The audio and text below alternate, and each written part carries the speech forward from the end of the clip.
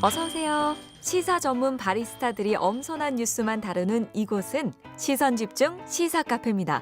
다 같이 편안하게 토크 한 잔 하실까요? 네, 시사 카페 시작하도록 하겠습니다. 매주 금요일에 찾아오는 시사 바리스타 두 분 소개를 해드려야죠. 자, 먼저 소셜랩 접경지대의 조형근 소장 모셨고요. 어서 오세요. 네, 안녕하세요. 정치 철학자 김만권 박사 나오셨습니다. 어서 오세요. 예, 안녕하십니까. 저는 그냥 일주일 내내 시사 카페였으면 좋겠는 게 시사 카페 할 때만 제작진이 저한테 커피를 그러니까 제공을 해주고 평일에는 쳐다도 안 봐. 그냥 이걸 정치 카페 무슨 경제 카페 이런 걸 이름 다 바꿔버릴까? PD 어때요? 왜? 피디님이 동그라미 치시는데. 그래? 아니 근데 이름 안 바꾸고 그냥 커피만 제공해도 되는데. 네, 알겠습니다. 거기에 끊어버렸어. 지금 저 영상 남겨야 되는데. 저희 목격했습니다. 네, 목격했습니다. 두 분 증인입니다. 알겠습니다. 자, 오늘 이야기 또 시작을 해야 될 텐데 오늘은 김만권 박사님이 준비하신 내용부터 한번 시작을 해볼까요? 예, 제가 준비한 주제는 일본 후쿠시마 원전 오염수 방류. 또 예. 열받는 소식도 갖고 오셨네. 얘는 왜 이래 도대체? 그러니까요. 나중에 참. 제가 이 그린피스 보고서 한 대목 읽어드릴 텐데 네. 그 보고서에 정말 이야기 잘 나와 있더라고요. 그러니까 우리가 옛말에 이제 그 냉수 먹고 속 차려라 이런 말 많이 하잖아. 오염수 한 삽을 들이키고 속 차려라 좀 이런 얘기를 꼭 했으면 좋겠어. 처리수라니까 마셔도 될 것 같아요. 그러니까 그 아수다 오염수 아닙니다. 처리수랍니다. 그러니까. 네. 예. 그 일본 언론 중에 보니까 이 미디어 가이드를 어기고 자기들 나름대로 쓰는 것들은 오염 처리수라고 한다고 하더라고요. 오염 처리수. 네. 절충. 정 처리수라고 절충. 하라고 하면 아주 막 그러면서 예. 네. 그렇군요. 아무튼 근데 포인트를 어디다 두고 지금 말씀하시려고? 예, 이제 그 특히 오염수 방류와 국제 원자력 기구와의 관계. 왜 국제 원자력 기구가 지지를 했는가? 아니 근데 그리고- 지지한 거 맞아요? 이게 뭐 이렇게 우리 정부는 지지한 게 아니다. 예. 아니 이제 저희가 뭐, 예. 그 국무조정실장하고 인터뷰했는데 지지한 거 아니라고 계속 그렇게 주장을 하길래. 근데 이게 사실은 국제기구 쪽 입장에서 볼 때는 되게 부정적인 이렇게 오염수 방류 같은 일이 되게 부정적인 일이잖아요. 사실 알고 보면. 그런데 이런 부정적인 일에 대해서는 국제기구가 웬만하면 웰컴 이런 표현 잘 안 쓰거든요. 그런데 이게 영어에 웰컴이라는 표현이 들어가 있습니까? 예, 실제 제가 그래서 이제 그 IAEA 웹사이트에 들어가 봤어요. 그러니까 IAEA 웹사이트에서 이 그로시 사무총장이 웰컴 한다고 웰컴드라고 썼더라고요. 예, 웰컴드라고 썼더라고요. 예, 그래서 그래요? 실제로. 예. 그리고 뭐 미국도 이제 환영한다라는 식으로 나왔는데 맞아요. 미국 같은 경우는 사실 환영은 아니었던 것 같아요. 로이터 통신에서 보도한 주요 문구를 보니까 미국 같은 경우에는 보니까 니네들이 국제적 기준에 그 국제적으로 받아들일 수 있는 기준에 부합하는 방법을 채택한 거로 보인다라고 쓰고 있어요. 예. appear라고 쓰고 있더라고요. 예. 예. 그래서 보인다. 그러니까 우리가 한번 보자라는 식인 것 같고 미국은 뭐 미국의 입장은 약간 뭐라고 해야 될까 적극적인 지지라기보다는 뭐 지지라고 한다고 되게 소극적인 입장 표현이 나왔고 영어니까 그냥 예. 전적으로 김만권 박사님 믿고 갈게요. 저도 좀 찾아본 건데요. 근데 여기는 뭐 대놓고 그 성명서를 다 찾아보고 다 읽어 보시니까 여기 이제 그 우리 정부 관계자는 그렇게 말씀을 하셨던 건데 저 같은 경우에는 로이터 통신이 주요 문구를 뽑았어요. 그래서 주요 문구를 뽑아서 내놓은 데서 미국 같은 경우에는 어피어라는 표현이 나오고 있고요. 그럼 사실은 그런데 어피어라는 그런 표현을 가지고 우리가 웰컴한다라는 식으로 이제 이야기하기 좀 힘들거든요. 그렇죠. 예. 그리고 이제 또 여기 그런데 저 IAEA 쪽에 보면 라파엘 그로시 총장이 웰컴한다는 표현을 직접적으로 쓰고 있어요. 예, 웰컴드라는 표현을 딱 쓰고 있어요. 그래서 이거는 누가 환영했다라고 한다면 이거는 근거 없이 하는 말은 아니죠. 거기 아예 국제 기구 알겠습니다. 웹사이트에 대놓고 쓰고 있으니까. 그러면 왜 얘네는 웰컴했대요? 그러면? 이게 뭐 여러 가지 이유가 있을 수 있을 것 같은데요. 예. 이게 그 미국과 국제 원자력 기구가 이제 왜 일본을 대놓고 밀어줬을까 했을 때 우선 국제 원자력 기구가 왜 일본 결정을 밀어줬나 이걸 본다면 현재 국제 원자력 기구의 관심 문제인 것 같아요. 이제 현재 이게 많은 분들이 뭐라 그러냐면 일본에 대한 국제 원자력 기구의 지지는 사실상 예측 가능한 거였다. 이렇게 이야기를 하고 있습니다. 어떤 특히 점에서? 환경단체 같은 경우 그린피스 같은 경우는 예측 가능했다라고 이야기를 하고 있는데요. 이게 많은 사람들이 국제 원자력 기구가 원자력 안전을 위해서 활동을 하고 있다고 생각을 하거든요.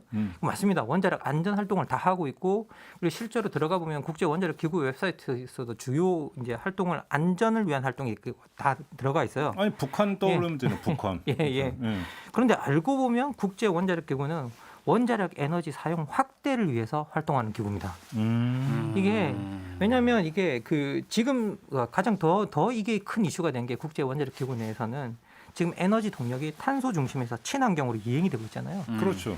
그런데 이 친환경 에너지, 새로운 친환경 에너지, 새로운 에너지원이 뭐가 될 것인가가 진짜 큰 이슈잖아요. 예. 그럼 우리가 뭐 지열이니 뭐 풍력이니 하면 자연 친화적인 어떤 걸 쓰고 있는데 반해 이게 이 원자력이 되게 애매해요.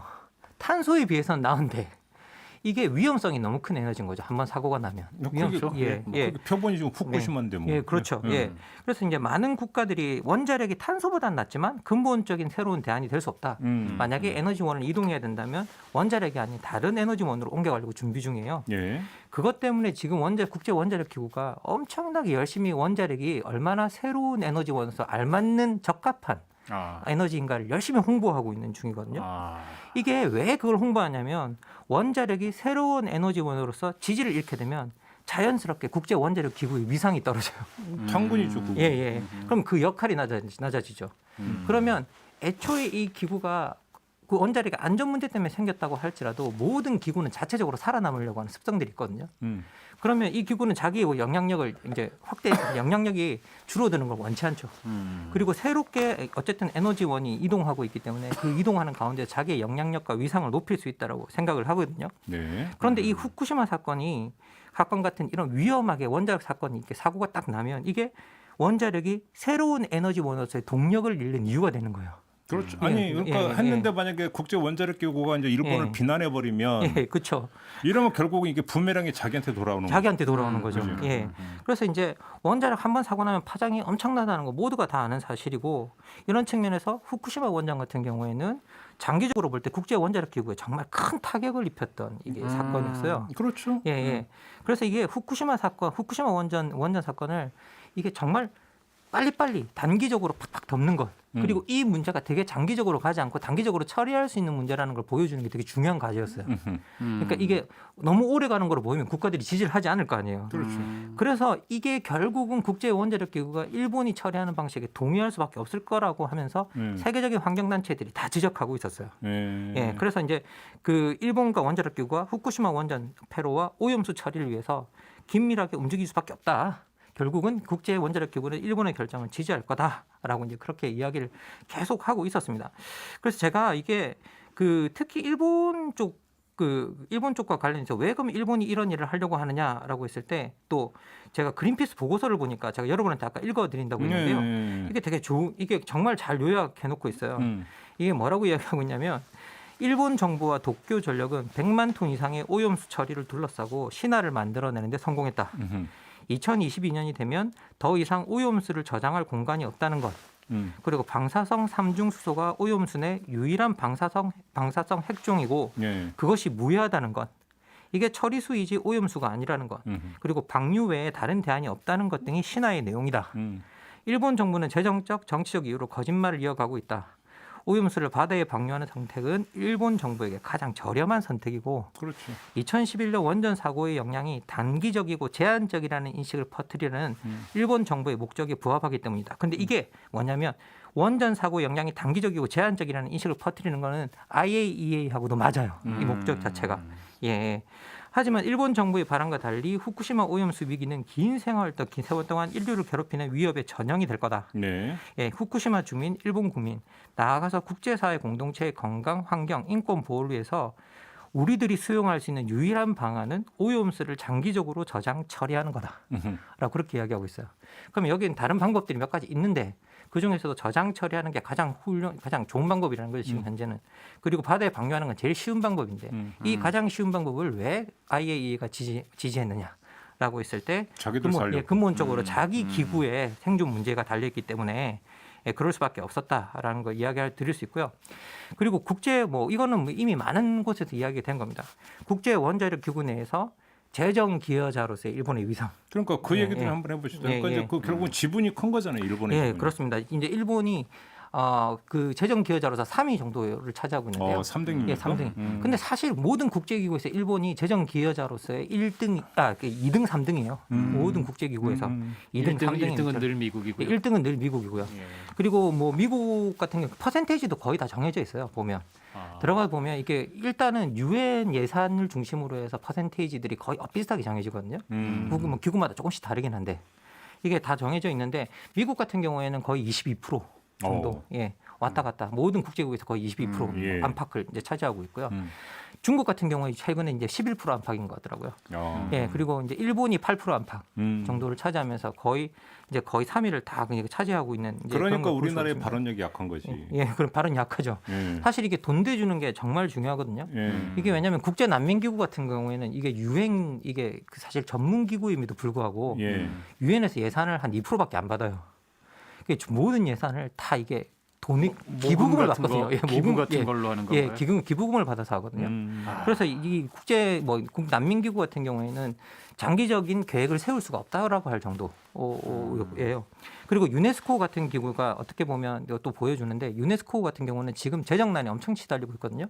미국이 떠나버렸어요 유네스코를. 트럼프 때 미국이 트럼프 때 탈퇴했죠. 팔레스타인 문제를 삼아가지고 팔레스타인이 회원국 된 걸 삼아서 떠나버렸거든요. 아, 그런데 바이든 취임에 그건 원상복구 안 했어요? 아직 이제 그걸 하기에는 그 과정이 이제 또 걸리니까. 파리 기후 협약만 한가요, 그러면?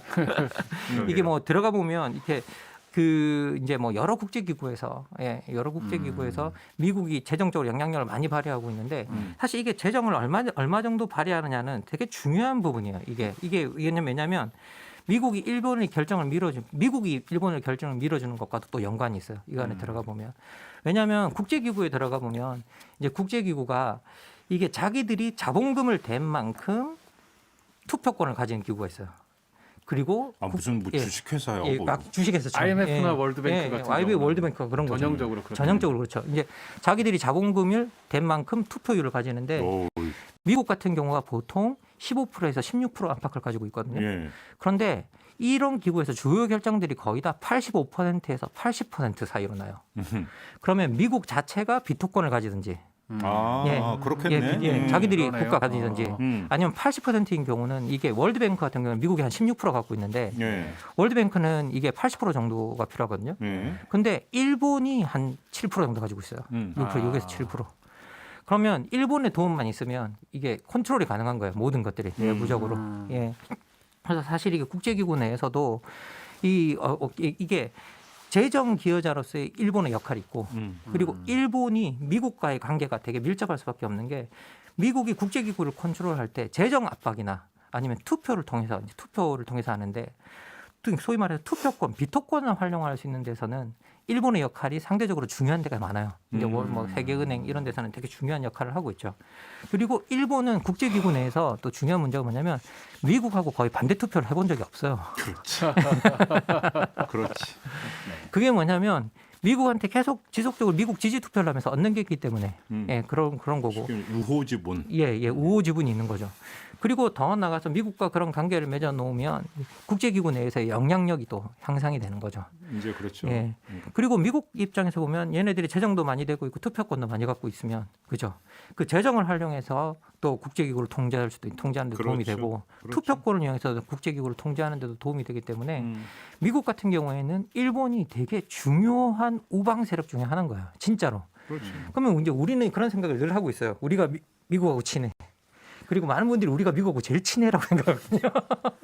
이제 조금 비판적인 접근법이긴 하지만 그 미국과 일본의 관계에 대해서 미국이 세계 제2차 대전 이후에 이제 확실하게 세계 제국으로서 이 헤게모니 같은 거 일종의 뭐라고 그러죠? 세계를 이끄는 지도 국가 같은 게 됐는데 일본의 역할이 동아시아에서 미국의 이해관계를 대변하는 하위 제국이다.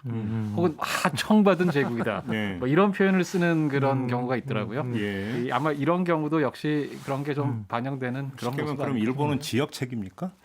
일본은 사실 아시아에서 되게 중요한 역할을 맡고 있는 거죠. 그러니까 사실 전국 조직이 있고 지역 조직이 있는 겁니까 그러면? 약간 그런 느낌인데요.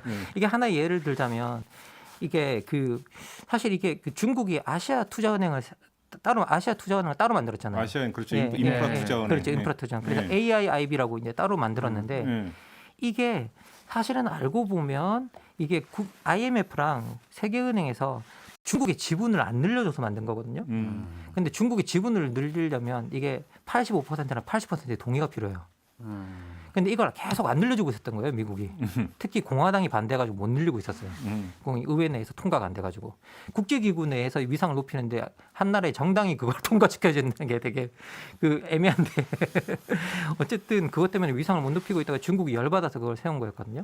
근데 알고 보면 아시아에 이게 아시아 디벨롭먼트 뱅크라 그래서 아시아 개발은행이 이미 존재하고 있었어요. 이미 존재하고 있었습니다.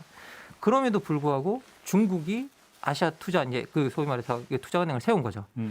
그걸 들여다보면 그때 아시아 투자은행을 투자은행을 세운 이유가 뭐냐면 아시아에 있는 그 아시아 디벨롭먼트 뱅크라고 아시아 개발은행 자체가 미국하고 일본 지분이 너무 컸어요. 두 나라가 다 통제할 수 있는 거였어요. 그래서 또 들어와서 여기 세우거든요. 그래서 어떻게 보면 지금 현재는 어떻게 보면 모든 그 국제 지형에서 볼 때 국제기구의 관계는 일본과 미국의 동맹이 어떻게 움직이는가가 상당히 중요한 변수라고 그러니까 뭐 일각에서는 왜 미국이 예. 일본을 제어를 못하느냐 이런 얘기를 하는데 지금 뭐 관계를 쭉 우리 김만권 박사가 그 말씀해 주신 것처럼 제어를 할 적이 아닌 거죠. 예, 제어를 할 이유가 별로 없죠, 사실은. 예, 제어를 할 수 있는 그 이유가 별로 없고. 예. 그리고 더 나가서 지금 현재 뭐 이렇게 왜 또 일본을 지지했느냐라고 했을 때 이게 중국 문제 때문이다라고 하시는 분도 되게 많아요. 중국 견제 예, 차원에서. 중국 견제 차원에서. 그렇죠. 예.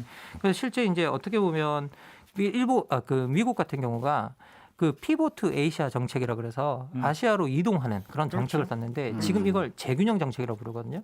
이게 오바마 때부터 진행됐던 거예요. 이제 세계 중심이 유럽과 중동에서 동아시아로 넘어올 거다, 아시아로 넘어올 거다라고 해서 이 넘어오는 정책을 썼는데 사실 핵심은 중국을 견제하는 거였거든요. 그러면 이런 차원에서 들여다보면 사실 지금 이런 말들도 어느 정도 설득력은 있다라는 생각이 들어요. 일본이 이제 어떻게 보면 되게 중요한 어떻게 보면 그 중국을 견제하는 데 있어서 중요한 동맹이기 때문에 그럴 수밖에 없다. 뭐 이제 그런 전후 사정이 있는 건데 그런데 이제 그렇게 되어버리면 우리나라 국민들의 그 건강은 그래서 어떻게 하라고? 지금 그거잖아요 지금. 예, 핵심적이죠.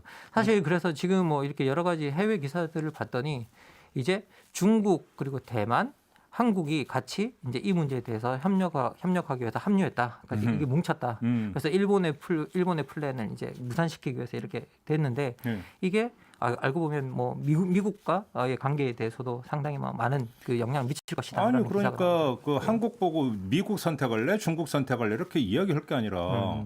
왜 자꾸 등 떠미냐고 그러니까 지금 그런 거 아니에요?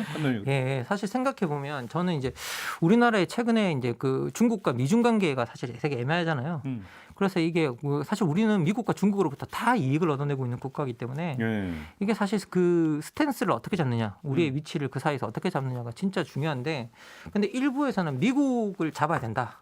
어쨌든 미국이 세계 중심이기 때문에 잡아야 된다라고 이야기하는데 저 같은 경우에는 한일 관계도 우리나라에 정말 중요한 축이잖아요. 그렇죠. 이게 외교의 중요한 축인데 여기서 중요한 핵심은 뭐냐라고 하면 우리가 미국과 친해서만은 한일 관계를 우리가 의도하는 대로 컨트롤할 수 있느냐라고 했을 때, 우리가 의도하는 바대로 끌고 갈 수 있냐 했을 때 이게 되게 불가능할 것 같다. 왜냐하면 우리는 미국과 친하다고 생각하는데 미국은 우리보다 더 친한 애가 있는 거예요. 알고 보면. 그렇죠. 한국과 미국이 혈맹 관계 아닙니까? 예, 혈맹이라고 부르는데 우리는 뭐 혈맹이라고 부르는데 알고 보면 미국은 그 뒤에서 더 친한 친구가 있는 거죠. 그러니까 결국은 그 한일 위안부 합의라고 하는 것들이 이제 그 나오게 됐던 배경에 대해서도 그런 분석이 있잖아요. 미국의 입장에서는 중국을 견제하기 위해서 한일 관계가 더 돈독해져야 되는데 네, 맞습니다. 결국 이제 과거사 문제가 자꾸 걸림돌이 되니까 어떻게든지 풀려고 오히려 이제 미국이 압박을 넣어서 위안부 합의를 끌어낸 건데.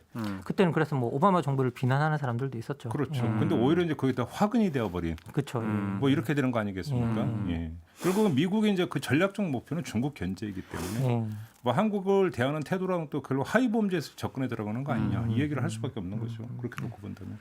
그러니까 자꾸 일본과 우리의 관계를 미국과의 관계를 보면 많은 분들이 저는 그 점은 되게 명확했으면 좋겠어요. 왜냐하면 많은 사람들이 우리가 미국과 제일 친해라고 생각하는데 미국의 입장에서 보면 우리보다 일본과 친한 게 훨씬 이익이 많이 남아요. 미국 입장에서 보면 지금 현재. 왜냐하면 국제기구나 어디서나 우리의 영향력은 언제나 2% 정도의 지분이에요. 그러면 이 2%의 지분을 가지고 있는 국가와 친할 것인가, 아니면 7%, 8% 정도의 지분을 갖고 있는 국가와 친할 것인가라고 했을 때 미국의 입장에서 보면 그 7%, 8% 국가와 더 친한 게 훨씬 더 현명한 초이스인 거예요. 그러니까요. 이제 그게 이제 냉엄한 현실이다. 요 말씀을 좀 이제 하시는 것 같고. 그래서 한미 동맹이라고 하는 어떤 추상적 가치만 갖고 접근에 들어갈 성질의 문제가 아니다. 이런 이야기가 되는 것 같겠죠. 알겠습니다. 이렇게 좀 한번 쫙 정리를 해주셨네. 김만고 제대로 정리를 했는지를 모르겠어요. 정리 잘 해주셨어요. 엄청 배운 느낌입니다. 네. 그 국제 정치가 돌아가는 뒤에 흑막이 사실은 이런 그 냉엄한 돈과 표현 논리가 있다. 그렇죠. 예. 이게 이제 특히 이제 국제기구에서의 지분 동맹, 미일 간의 지분 동맹이라고 하는 것, 이건 중요한 포인트죠. 사실은 알겠습니다. 자, 이렇게 가름하고 이번에는 조형근 소장이 한번 발제 들어보고 어떤 내용입니까? 예. 네, 김만건 박사께서 얘기하셨던 이 수준 높은 국제 정치에 비하면 갑자기 수준이 확 떨어지는 느낌인데, 네, 국뽕 유튜브 더하기 대한민국 민족주의. 국뽕 유튜브? 네네. 국뽕이란 말이 이제 한 몇 년 전부터 되게 유행을 했죠. 그렇죠. 국뽕. 네네. 그렇죠. 국뽕이라는 말이 아마 이제 뭐 애국심 국가 더하기 희로뽕 그렇죠. 정도쯤 되는 그 조어겠죠. 신조어죠. 신조어. 예. 흔히 이제 뭐 과도한 민족주의, 국수주의 이런 데 기대서 막 우리나라 만세, 한국 사람 만세, 한국 문화 만세 막 이렇게 자국 혹은 자국민의 우수함을 예찬하는 이런 태도를 이제 사실은 이게 뭐라고 해야 되나? 이게 스스로 좀 비하하는 용어죠. 국뽕이라는 것 자체가 우리 국뽕에서 자랑스러워가 아니죠, 사실은. 그래서 이제 이런 거 자체는 애국심이라고 하는 거는 어느 정도는 사실 자연스러운 심리 상태잖아요. 네. 근데 정도가 지나치다. 그렇죠. 이제 그게 근래에 들어와서 원래는 국뽕이란 말도 원래는 좀 비하하는 이거 좀 우습잖아 이런 식의 이제 풍자적인 의미가 있었는데 근년에 들어올수록 그게 아니라 진지하게 흔히 하는 말로 이제 국뽕 치사량 맞고 이제 뭐 아침부터 주모 찾고 뭐 이제 즐거운 일들이 있습니다. 예를 들면 지난밤에 손흥민 선수가 또 골을 뭐 몇 개 넣었네. 그다음에 이제 우리 자랑스러운 김연아 선수가 세계 막 신기록을 세우면서 계속 금메달 따고 이러면 기분 좋잖아요. 이런 거는 지금 그거 갖고 뭐라고 하는 거 아니죠? 그거. 그런 거 갖고 뭐라고 하는 게 그게 되죠. 저도 되게 좋아해요. 저도 좋아하고. 저도 무지 좋아하고 막 보면은 막 심지어 때로는 우리 김연아 선수가 그 평창에서 마지막 성화할 때는 눈물 나더라고요. 저는 막 진짜 너무 좋아가지고. 저는 솔직히 말하면 손흥민 선수 경기 있을 때는 그 바쁜 와중에도 그 졸린 와중에도 반드시 다 봐요. 저희가 그러시구나.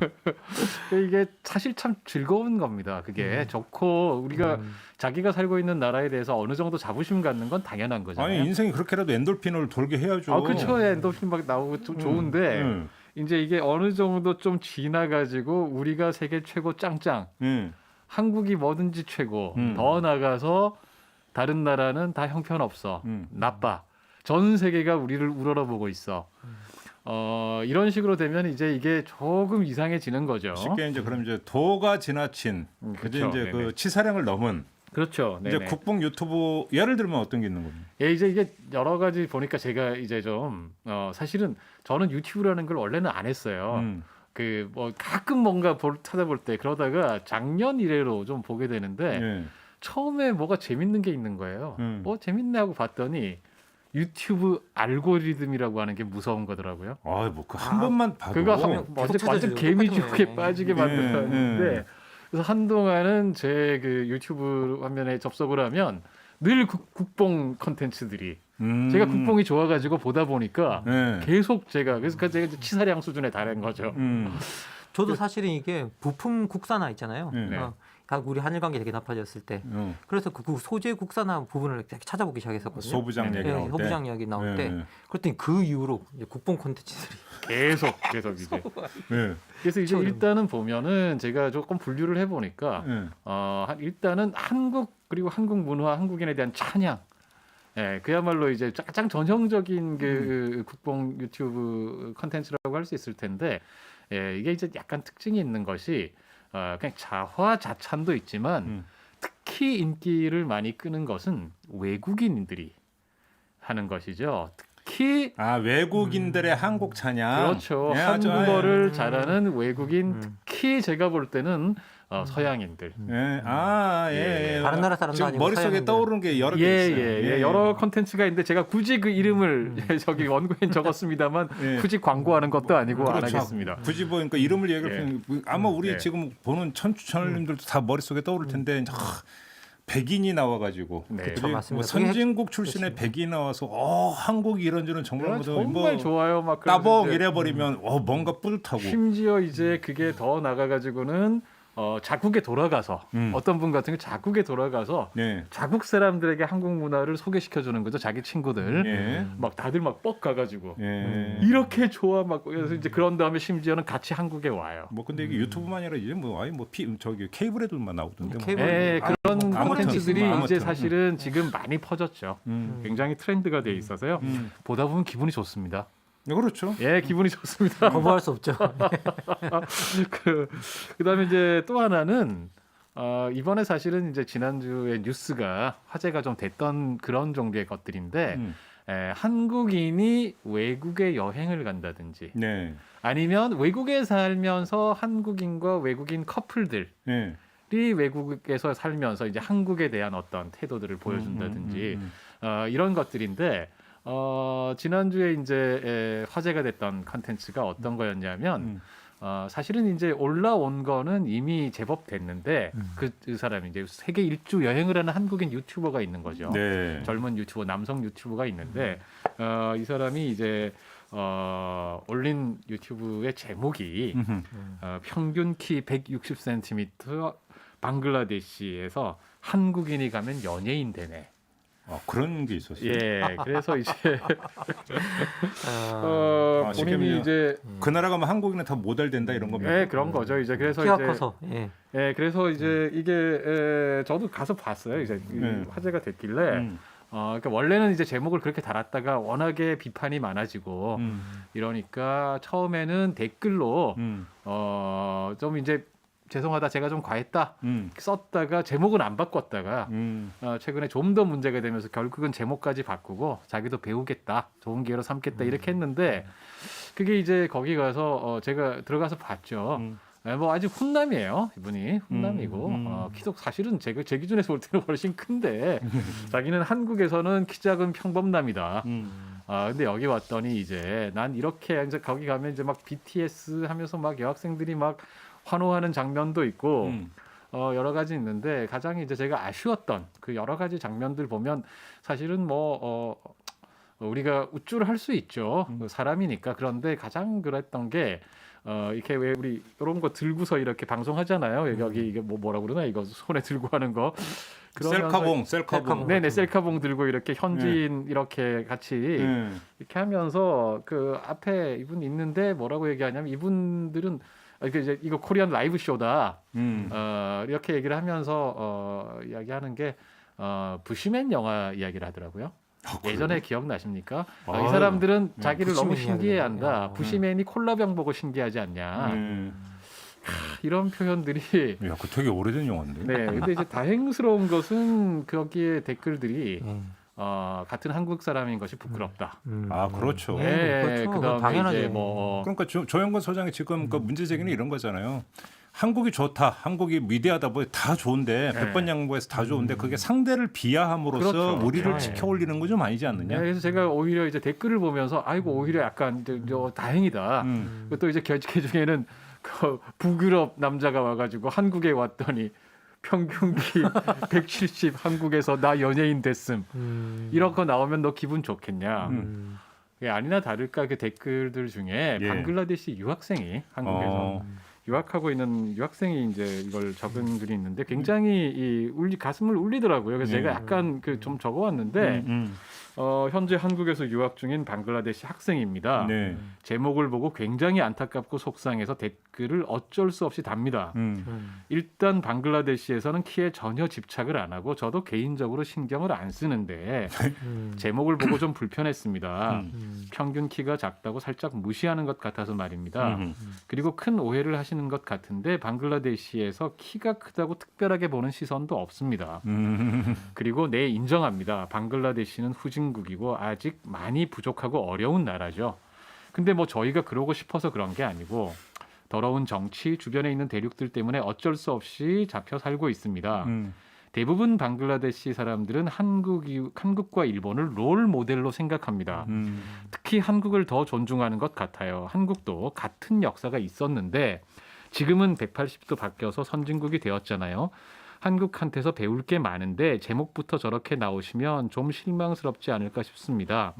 후진국이라고 살짝 안 좋게 보고 그런 것 같았고 그래도 1억 7천만 명의 사람들의 모국입니다. 조금만 더 존중해 주셨으면 감사하겠습니다. 아니 그러니까 그건 뭐 어려운 얘기가 뭐 요번에도 뭐 이탈리아에서 뭐 방송에서 뭐 동양인 비하했다고 지금 뭐 그렇죠. 국제적으로 뉴스인데 그게 보니까 눈 찢었다는 거잖아요. 그러니까 그렇습니다. 네네. 동양인을 비하하는데 그 동양인들은 눈 작고 찢어졌다라고 지금 외모 그렇죠. 비하하는 거 뭐가 다른 건데 이게. 그래서 이제 따지고 보면은 이게 보면. 국뽕 유튜브라는 게 한편으로는 우리 잘났다는데 다른 한편으로 깎아내리기가 있는 그 겁니다. 남들과 그 얘기죠. 비교해야 우리가 더 잘나 보이기 때문에 그렇죠. 네네. 그래서 이제 뭐 중국이나 일본에 대해서는 뭐 말할 나위가 없고 조금 전처럼 이런 그 우리 주변 특히 뭐 동남아시아 쪽 사람들도 여러 많죠. 근데 이제 뭐 이런 식의 표현들이 있다든지 이게 이제 하도 이러다 보니까 사실 반발도 있어요. 저기 보면은 유튜브 중에는 노골적으로 서양 어떤 여성이 나와가지고 나 국뽕 코인 타겠다. 그 국뽕 코인이라는 표현을 쓰죠. 이거 해서 조회수 많이 받아서 그래서 나 돈 좀 벌래 하면서 노골적으로 막 한국을 띄워줘요. 대놓고 그렇게 얘기를 해요. 누가 봐도 이거는 풍자예요. 놀리는 건데. 풍자다. 예, 풍지는 거예요. 이렇게 한국 짱짱 막 그러면서 이제 놀리는 걸 재밌게 하는 거죠. 그래서 또 나름 인기가 있어서 한편으로는 모두가 막 국뽕에 환호하고 이러는 건 아닙니다. 이거 문제가라고 생각하는 사람들도 많이 있고 아무튼 중요한 것은 이제 이게 하나의 현상이 돼 있는데 이거 어떻게 볼 거냐. 근데 하는 알겠습니다. 이제 그 현상은 우리 지금 촌철님들하고 충분히 전달이 된 것 같은데 이게 지금 그러면 국뽕 유튜브를 제작을 하는 네네. 제작 주체에서 무슨 특성 이런 게 있습니까? 그래서 이게 사실은 저도 아직까지 이게 오래된 현상이 아니고 여기에 대해서 뭐 저희가 좀 찾아보고 했는데 논문이나 이런 것들이 아직 제대로 막 나오고 연구가 돼 있고 이러지 않아요. 예. 그래서 사실은 저희가 여기에 대해서 함부로 누가 어떤 사람들이 만드는 거다, 어떤 사람들이 즐기는 거다라고 함부로 말하기는 좀 어렵습니다. 네. 제가 일단은 한번 좀 말씀을 드리고 싶은 거는 일반적인 인식은 유튜브가 아무래도 좀 많다 보니까 유튜브 중심으로 하다 보니까 젊은 층이 많이 즐기는 거 아니냐 이런 인식이 일반적으로 좀 있습니다. 제가 조금 찾아보니까 확실히 그런 식으로 이제 지적한 연구도 있고 논문도 있고 그다음에 이제 저기 이 신문 기사나 이런 것들도 좀 있고 그런데 의외인 것은 실제로 조사를 한번 해본 건데 뭐냐면 이거는 국뽕 유튜브에 대한 의견은 아니고요. 쉽게 말하면 우리나라가 얼마나 자랑스러워 이런 식의 질문이 있죠. 한국일보하고 한국리서치가 2020년 1월에 조사해서 발표를 했는데요. 요거는 어떤 그 결론만 말하면은 이런 식의 이 한국에 대한 국가적 자부심 이런 거는 오히려 기성세대가 더 높다라는 것입니다. 그러니까 그걸 꼭 젊은이에게 현미를 씌울 이유가 네, 없다. 그렇습니다. 뭐냐면 한류 문화 확산에 자부심을 느낀다라고 하는 질문에 얼마나 동의하는가를 보면 소위 예전엔 신세대였죠. X세대. X세대 70년대에 태어난 X세대는 71%가 동의를 했는데 Z세대라고 그러죠. 90년대 후반 이후생. 요즘 20대들이죠. 네. 이 젊은 세대 Z세대는 53%밖에 동의를 안 했어요. 또 다른 어떤 게 이 한국 리서치 조사 결과에 따르면은 나는 대한민국 국민인 게 자랑스럽다라는 진술에 대해서 얼마나 동의하느냐. 제일 많이 동의하는 그 세대가 30대하고 60대거든요. 근데 그 갭이 왜 그렇게 나죠? 예, 그렇습니다. 그리고 여기 의외로 30대와 60대가 제일 동의 비율이 높고 그 다음에 50대, 40대 순인데 제일 낮은 거는 20대예요. 그래서 이게 어떻게 우리가 이게 소위 말하는 물론 이거는 국뽕 유튜브에 환호하는 건 아닙니다. 근데 저도 여기서 그러니까 저도 뭐 유튜브 많이 보니까 저도 역사에 관심이 있어서 국뽕 유튜브 가운데 하나가 역사도 많이 보니까 네, 맞습니다. 특히 고대사 그렇습니다. 고대사 얘기를 하면서 보니까 우리 영토는 어마어마했더만요 보니까 그 유튜브 보면 그잖아요. 또 댓글 터질까봐 제가 말씀 못 드리겠는데. 아니 그것도 국뽕 유튜브 범죄에 들어가는 거 아닙니까? 아예 당연히 들어가는데 제가 일부러 그거는 안 드린 건 다음에 한번 따로 그거는. 그런가? 역사 유튜브. 소위 이제 저희가 흔히 환뽕 이런 식으로 이제 따옴표 쳐서 비하하는 말로도 표현하고. 이건 또 국뽕 중에 또 그 특화되는 그건 겁니다. 저희가 이런 식으로 함부로 다룰 게 못 됩니다. 역사와 전통이 유구하고요. 그럼 나 말 안 할래. 아니, 제가 이 얘기를 왜 꺼내냐면 뭐 그런 거 제작조차가 없고 젊은이는 아니다. 네. 그 얘기 하려고 하는 거예요. 예, 맞습니다. 저는. 네. 그래서 사실은 이게 단순하게 무슨 이제 젊은 세대만의 특징적인 이런 현상은 아니고, 그렇죠. 예, 사실은 제가 이제 여기 뒤에 오늘 뭐 제목에 국뽕 유튜브 더하기 대한민국 민족주의 이런 표현을 제가 썼는데 사실 이제 저희가 이런 현상은 새롭게 지금 학계에서 일부 연구자들이 좀 주목하면서 국뽕 유튜브라기보다는 한국 민족주의의 성격이 좀 바뀌고 있다. 근데 그 말씀하니까 제가 조금만 좀 범위를 넓힐게요. 지금 이제 문제는 한중일 간의 역사 문화 전쟁 비슷한 게 그러니까 그 SNS 공간에 벌어지고 있잖아요. 그렇습니다. 예. 근데 여기서 보면 아까 이제 이거 젊은이한테 혐의를 씌우는 거 아니냐라는 조영건 소장의 문제 제기가 나온 맥락이 아마 이런 거가 있는 것 같아요. 중국에서 이래서 그러니까 우리로 치면 포털이나 SNS 공간에서 어떤 그 중국이 최고 이런 걸 주장하는 거 보면 소분홍이라고 해가지고. 네네. 그러니까 어떤 거 그러니까 이 내세포진에 있는 중국의 젊은층. 그다음에 일본 같은 경우도 이제 수정주의에 경도되는 이른바 넷 우익이라고 하는 것들이 네네. 대부분이 젊은층. 그렇죠. 네. 이런 현상도 결국 한국에서 비슷하게 나타나는 거 아니냐. 예. 그러니까 그러니까 그 예단 하에서 그러니까 국뽕 유튜브도 결국은 젊은층이 만드는 거 아니야. 이런 식으로 지금 이제 그 접근에 들어가는 시각이 있다라는 거잖아요. 예, 그렇죠. 예, 그런 시각이 있는데 다만 그렇게만 보기는 곤란하다. 그렇죠. 이것은 어떻게 보면 조금 전에 그 한국 리서치 조사 결과는 세대별로 좀 차이가 나는 걸로 나왔는데 그거하고는 별개로 좀 더 장기적인 조사가 있거든요. 네. 이게 이제 재단법인 동아시아 연구원하고 성균관대 동아시아 공존 협력 연구센터 이 두 곳에서 2005년부터 5년 단위로 계속해서 국가 정체성에 대한 조사를 하고 있어요. 네. 그러니까 이제 2005년, 10년, 15년, 그다음에 20년, 작년까지. 그럼 이제 저희가 장기 추세를 좀 알 수가 있잖아요. 여기서 이 좀 흥미로운 포인트가 어떤 거냐면 당신이 일체감을 느끼고 자부심을 느끼는 집단이 어디냐라고 질문을 던졌을 때 이를테면 나는 한국인으로서 자부심을 느낀다, 일체감을 느낀다라고 할 수 있고 한민족으로서 자부심을 느끼고 일체감을 느낀다 이렇게 할 수가 있잖아요. 네. 아주 간단히 말하면 둘 다 원래는 조금씩 상승을 했거든요. 둘 다 상승을 했는데 한 민족으로서의 자부심 정체성은 다시 떨어졌습니다. 그래서 2005년에 64%였는데 2020년에 다시 64%로 돌아갔거든요. 그런데 한국인으로서의 어떤 그 소속감, 자부심은 2005년에 77%였는데 2020년에는 90%까지 상승했어요. 그럼 여기서 한국인과 한민족이 의미하는 바의 차이가 그러니까 이것이 원래 이전까지는 저희가 한국 사람은 당연히 한민족이고 그게 둘이 구별된다고 생각하지 않았던 거잖아요. 근데 이제 이거는 사실은 한민족으로라기보다는 해방 이후 또 산업화, 민주화, 정보화, 심지어 최근에는 한류 이것까지 포함한 소위 대한민국 짧은 역사지만 그러니까 한민족에 되면 예. 북한도 포함이 되는 거예요. 그렇죠. 예, 북한하고는 좀 우린 달라. 그러니까 한민족으로서 나는 뭐 그다지 그렇게 자랑스러울지 모르겠는데 나는 대한민국 국민으로서는 굉장히 자랑스러워. 라고 생각하는 경향이 근년 들어서 점점 좀 분리해서 예. 나타나고 있다라는 것이죠. 그렇죠. 그래서 통일에 대한 인식도 많이 바뀌고 있다는 거잖아요. 예. 뭐 꼭 해야 굳이 되느냐? 굳이 꼭 해야 되냐 뭐 이런. 그렇습니다. 네. 통일도 그렇고요. 이게 사실은 이제 좀 시기적으로 보면 2020년 조사에는 조금은 이게 과대하게 나타났을 수 있어요. 이제 코로나 방역의 성공 과정에서 사실은 국민적인 자부심이 굉장히 높아진 측면이 있죠. 네네네. 이게 이제 작년에 굉장히 주목받았던 조사였는데 작년 5월에 했던 이 시사인의 그 서울대학교 사회발전연구소와 함께했던 코로나 시국의 국민 인식 조사가 굉장히 좀 잘 나왔는데 당시 보면 일단은 헬조선이라고도 하는 인식이 굉장히 줄었죠. 네, 엄청나게 줄었고 그다음에 또 하나는 다시 태어나도 대한민국 국민이 되고 싶다라는 질문에 대한 응답이 긍정이 63.7%로 엄청 높게 나오고 상당히 높은데.